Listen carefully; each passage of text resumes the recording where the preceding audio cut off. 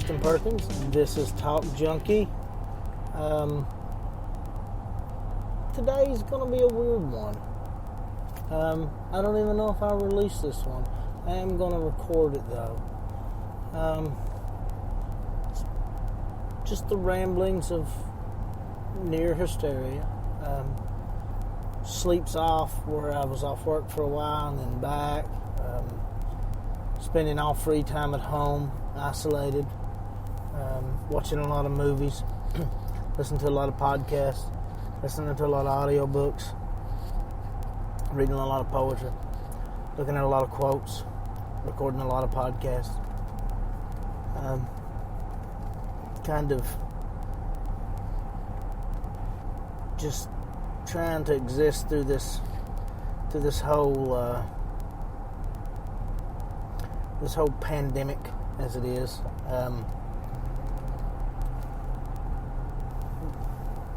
I joke often about the whole fear-mongering thing, but you know, it really is a scary thought at what this could be. Like, it's a super weird one to figure out, though. Like, we look at this first observation that a lot of people had. It's a lot like the flu. But it's not influenza, so on a technical level, it's not like the flu. It's actually more like something that's less dangerous than the flu, except it's more dangerous than that thing.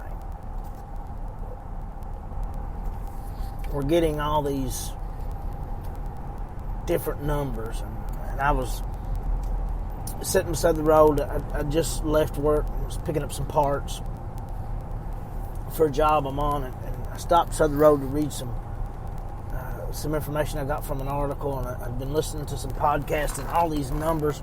It's like the fear becomes not even if it's fear, because I try not to let myself get worried about things, but the uncertainty and all these things are kind of like a drug, and you're getting so much of them. You're getting so much information. The information becomes like a drug, and you're getting opinion, and the opinion becomes like a drug, and you're getting data, and the data becomes like a drug, and all these things are like a drug. And I was about to Martin, Kentucky when the drugs really kicked in. And kind of got to thinking, when you look at this virus, when you look at a lot of viruses, look at humankind. You know, I've spoke about and referenced these near extinction events that have happened a couple times. It's like the population would grow to a certain point, and then these near extinction events would happen. But even you know, those are less frequent. But on a more frequent side of things, and something that was more likely to happen, is you would get these pandemics and you would get these things. You know, sometimes accidental, just sometimes a result of mankind's mistakes, like the smallpox with Native Americans. But, you know, smallpox had ravaged other peoples up until that point. And, you know, the Spanish flu, I don't, that could be racist, I don't know. But the Spanish flu, it wiped out people. We've had all these tuberculosis and all these various diseases. It's easy for us to reference what's going on as being worse than anything that's ever happened. I mean, who knows? Oh man, this is going to be one of them podcasts. Trust me, get ready for this. Who knows if yesterday's real? I mean, that's to say, the only thing we can ever put a concrete representation of is right now, the present. The only thing that we can ever really dig ourselves into is the present. That's the only thing that we can basically touch, see, smell, heal. Now, memory and it is representative. The past is represented through memory. Memory can feel very real, but it's we can only access glimpses and basically stored data about the past. We have no access to the future. So the only concrete thing in our lives are today.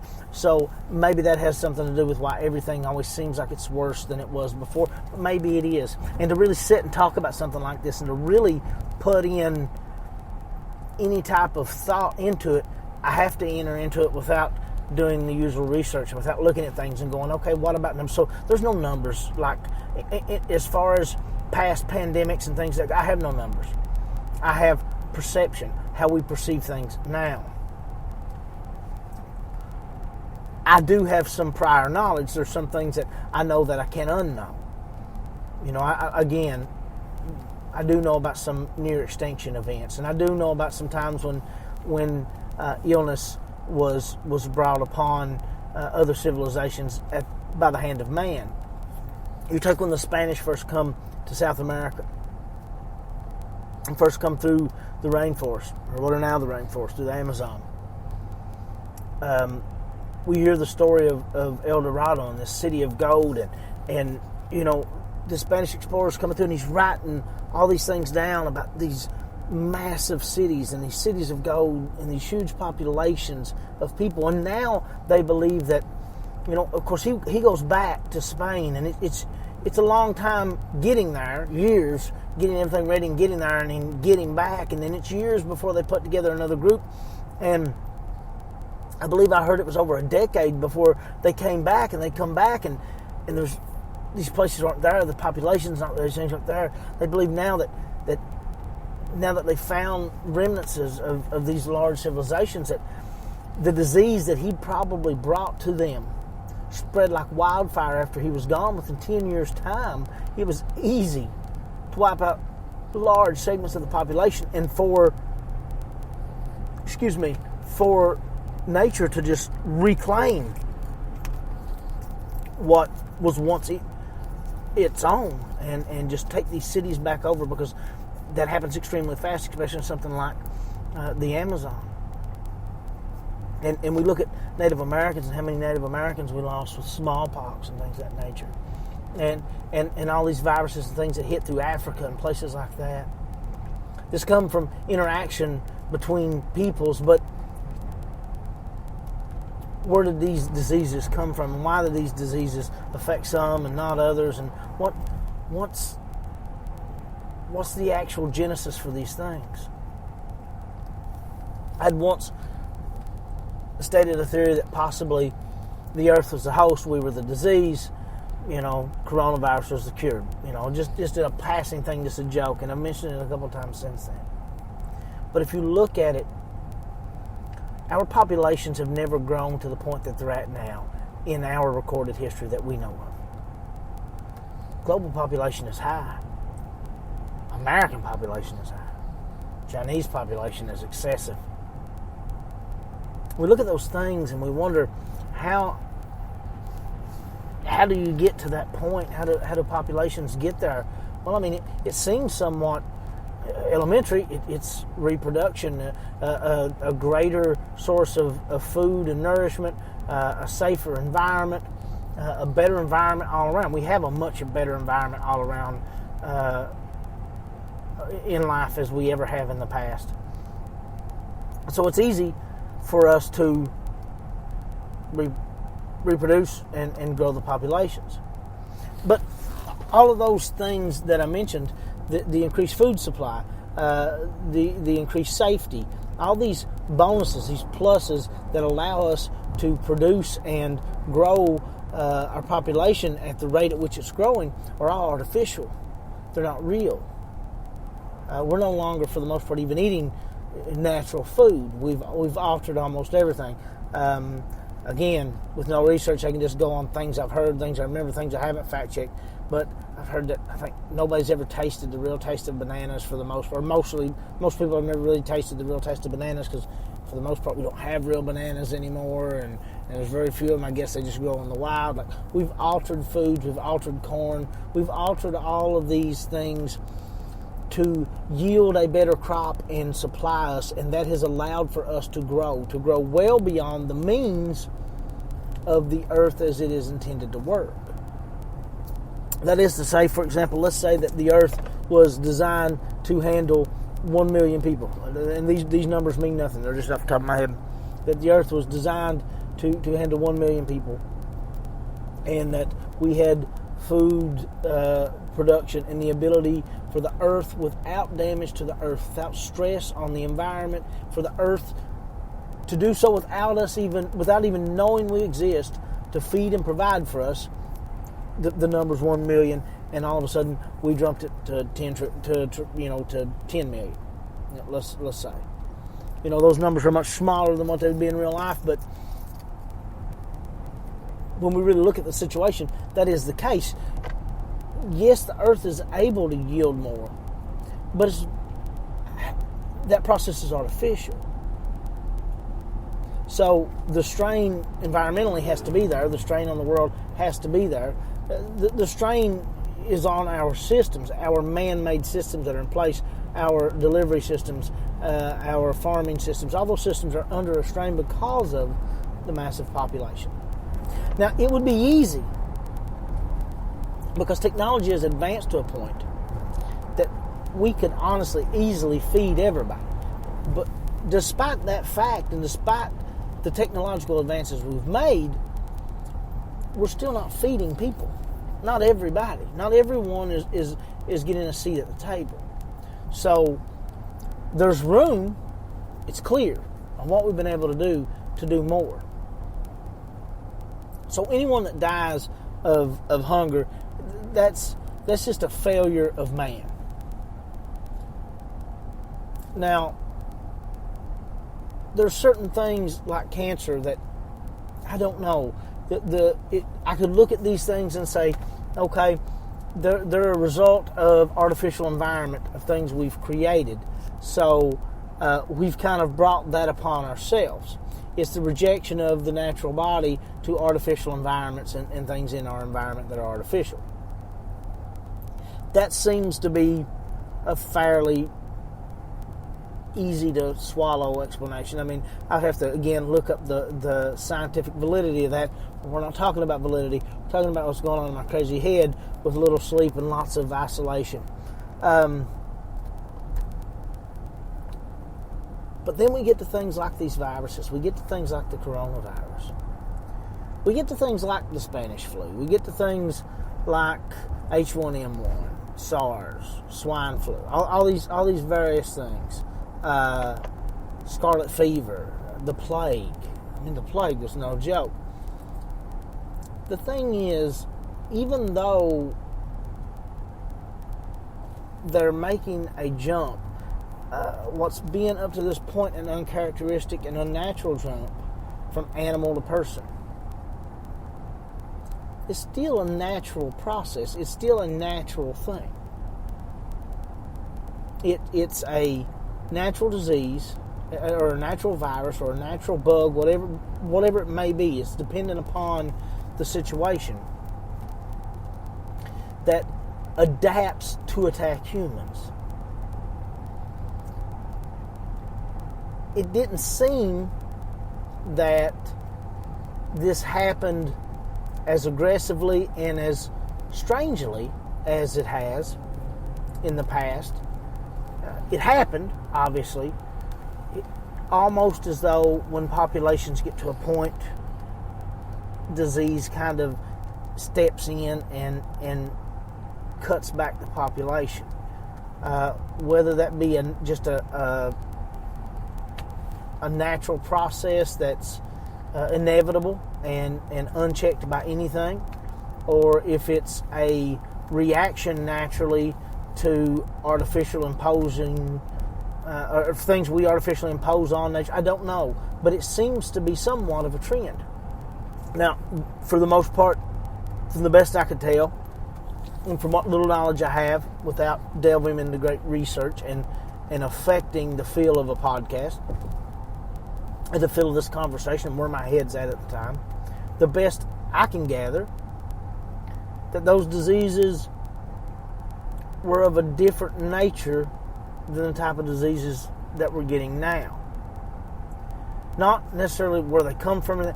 All these are natural, for the most part. I mean, again, cancers are not on that spectrum. There's things that, okay, these could be elements of an artificial influence, but the plague and the Spanish flu, sorry for the Spanish people out there, that was complete and total sarcasm, just in case anybody mistaken me for being too woke. Whatever the case may be, they have a natural origin. And we had a natural ability to be impacted by them. And I've looked at these cases now of things like, in particular, the things that have come up really big right now are swine flu, obviously coronavirus, things of that nature, HIV/AIDS, Ebola, making the jump from animal to human. I don't know how prevalent this used to be. This could have been a very normal thing. It could have happened often. We look at this now, it seems to me like scientists are looking and going, okay, why are these diseases jumping? Well, maybe these diseases are just now getting to a point that they can jump. Maybe these diseases were a checks and balance, a population control. That's an unpopular thing to think about because nobody wants to lose anybody, including me. I say we keep everybody we got. I'm fine with that. I'm not advocating for population control. I'm saying, but we have to understand we come from a natural world with natural processes, and we have altered it in unnatural ways and impacted it with artificial practices and artificial pieces kind of interwoven into this natural tapestry. So in doing that, is it possible that we upset a balance? The ideal were for these illnesses to cleanse and do basically a population control, keep us in check to a point to where the earth could easily provide for us what we are. Because life kind of breaks down into there's a couple of options. It's a mechanical type situation to where the earth is designed for us and for us to partake in it. And in that situation, the earth would have to be built into specs to control, or specs to adequately provide for us, but based on what we were and what we are, we would have done far exceeded those specs. Now, if it's on a natural level to where it's just natural and completely random, then still there would be checks and balances. We see those anywhere in nature. We see them with all other creatures in nature. So if that's the case, maybe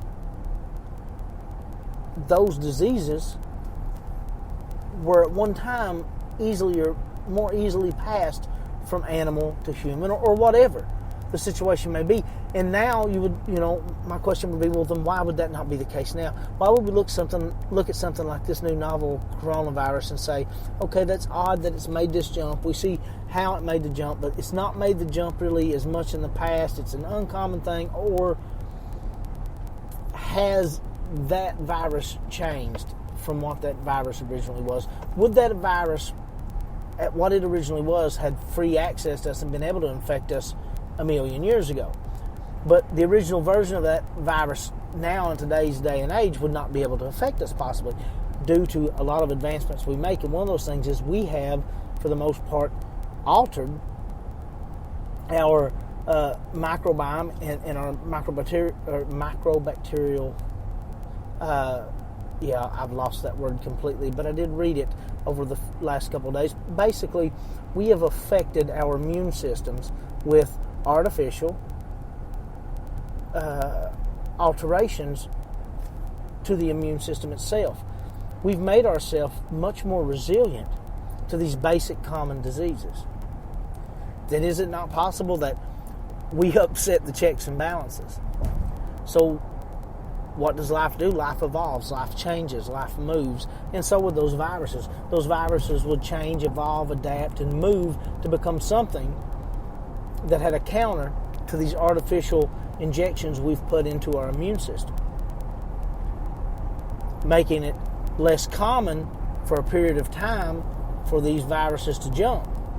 And in that period of time could be 1,000 years, 5,000, 50,000, 100,000, a million years. We don't know what that period of time is. But it seems like over the last, let's give it 200 years at least, 100 years at least, starting from Spanish flu, I believe it was 1918. Let's just start from there. That there's been a surge. Maybe that's been consistent. Maybe that's been consistent throughout time. The Black Plague was much older than that, and it was impressive what it was able to do. But how much of going from hunter-gatherer to farmers and subsistence lifestyle, changing the way that we lived affected how the plague could affect us on down the road. The plague was affecting a different species then than it would be affecting now, but I would have to assume that's a different strain of the plague. Much like the flu. The flu changes, so the flu vaccine changes. It mutates, it gets stronger, it finds its way around and finds immunities into these vaccines and things that we create. So it's a constant battle of the artificial battling the natural. It's the checks and balances of the natural world trying to keep us in check and population-wise and what it can do for us, what the earth could possibly do for us. Maybe that's a possibility. No, I do not smoke marijuana. I am not high. Again, I just had a lot of time on my hands lately, and I've taken in a ton of information. And what kind of fueled the thought process on this is a look at the coronavirus.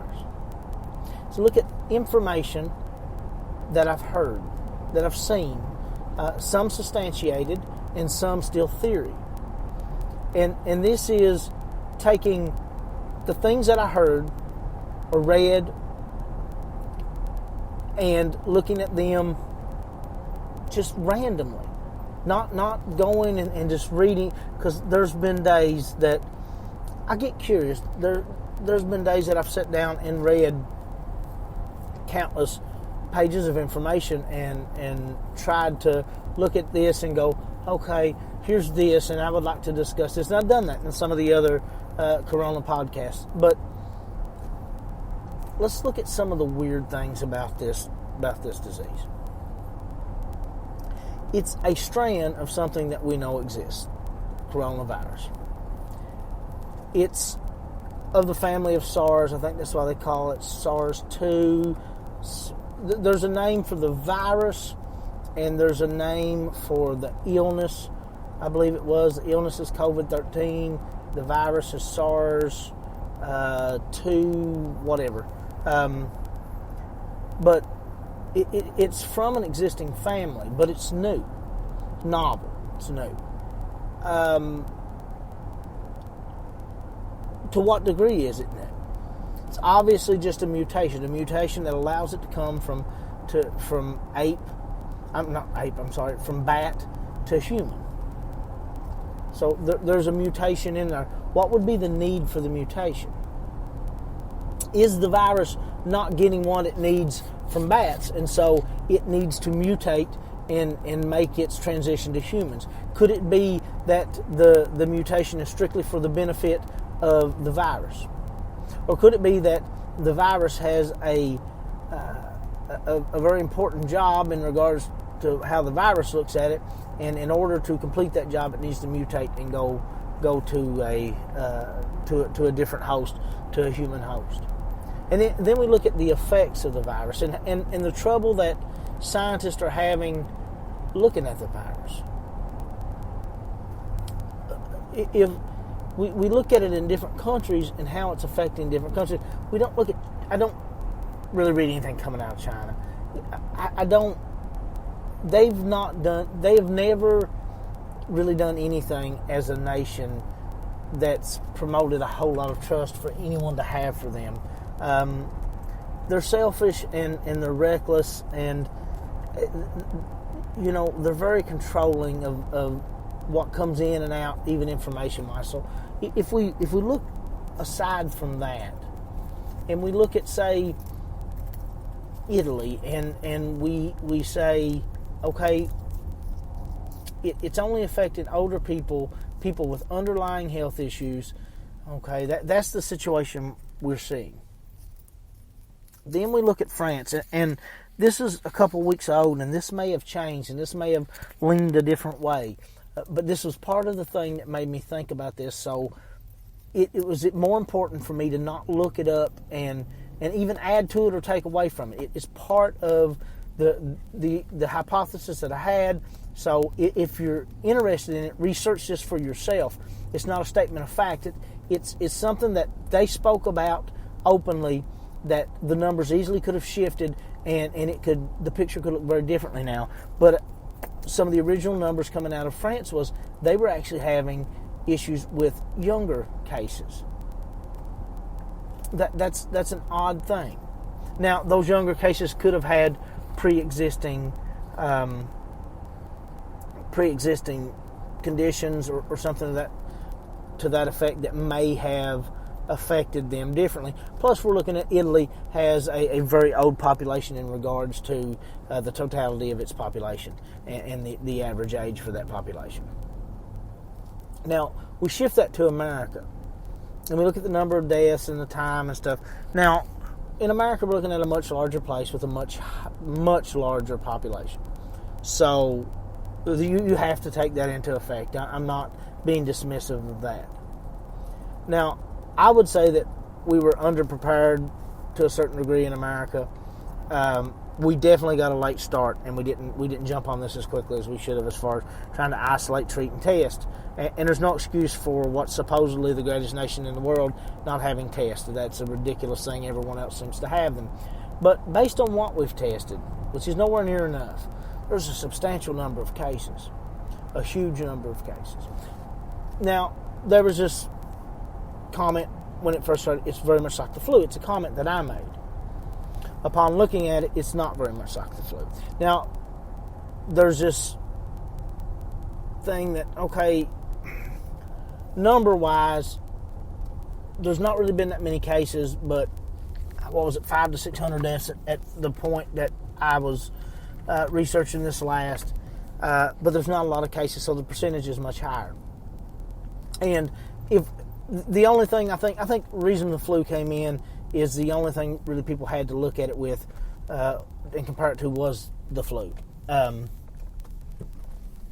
you looked at, okay, well, you have all these cases of the flu and you have a whole lot of deaths, but you have a whole lot of cases, so the percentage is much lower. Whereas with the coronavirus, you have a low number of cases and you have a high number of deaths compared to the cases. It was about 500 to 600 last time I looked, almost 600, but the number of cases was lower. Well, the number of screenings, testings, and hospitalizations for the flu is substantially higher than any amount of people that we've tested for this coronavirus, because we don't have the tests available. And there's also not a vaccine on the market. So you really couldn't make a comparison between those two. So to say that it's worse than the flu is inaccurate. To say that it's not as bad as the flu is inaccurate. Because if things trended the way they trended right now and you had as many tests out as you did for the flu, that wouldn't change the deaths. That would just change the number of diagnoses. And if you had a vaccine out for it like you did the flu, you would have to factor in the impact of that vaccine. If you take the vaccine away from the flu, what does that do to the death toll?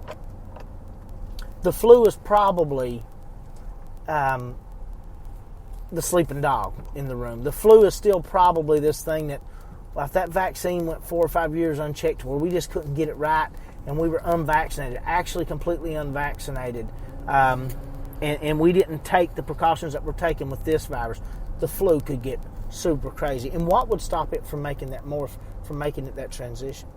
Now, we were also under the impression that the coronavirus, once it got to the U.S., was mainly going to impact older people. And it has statistically. But there are some odd indicators that are showing it to affect some younger people and affect them severely, and not people necessarily with underlying health conditions. It's some healthy people. Now, there's the belief, I've heard that there's some genetic markers that could possibly be responsible. Actually, I've heard 2 people, including the guy from the Center for Infectious Disease Control, I believe it was, that said, I believe that science was pretty sound, that you've got some genetic markers you can look at in regards to who may get affected. There's also some genetic predispositions there to how severe it could be, was my understanding on that. And blood type could possibly play a role in maybe not who gets it, but how badly they're affected by the illness once they get it. You take all those factors into place and you realize how complex something like a coronavirus or something is. I mean, it's amazing the level of complexity that we're at with this. And why does it seem to be so different? I mean, everybody wants to put it in that box with the flu, but it doesn't fit for so many different reasons, apparently. I'm not a scientist, but apparently there's a lot of reasons why it doesn't fit. It doesn't fit with these other viruses that we have. It is wanting to be fluid. It seems to not be able to be nailed down. There was even reports that unsubstantiated, but it's a theory, and that's how you come to facts sometimes, is based on the study and pursuit of proving or disproving a theory. The situation that they believe they're seeing is prolonged exposure to the illness. That means people who are exposed to it longer before actually getting it. I don't understand the ins and outs of that. Does that mean that the virus comes into their system and stays dormant in their system longer?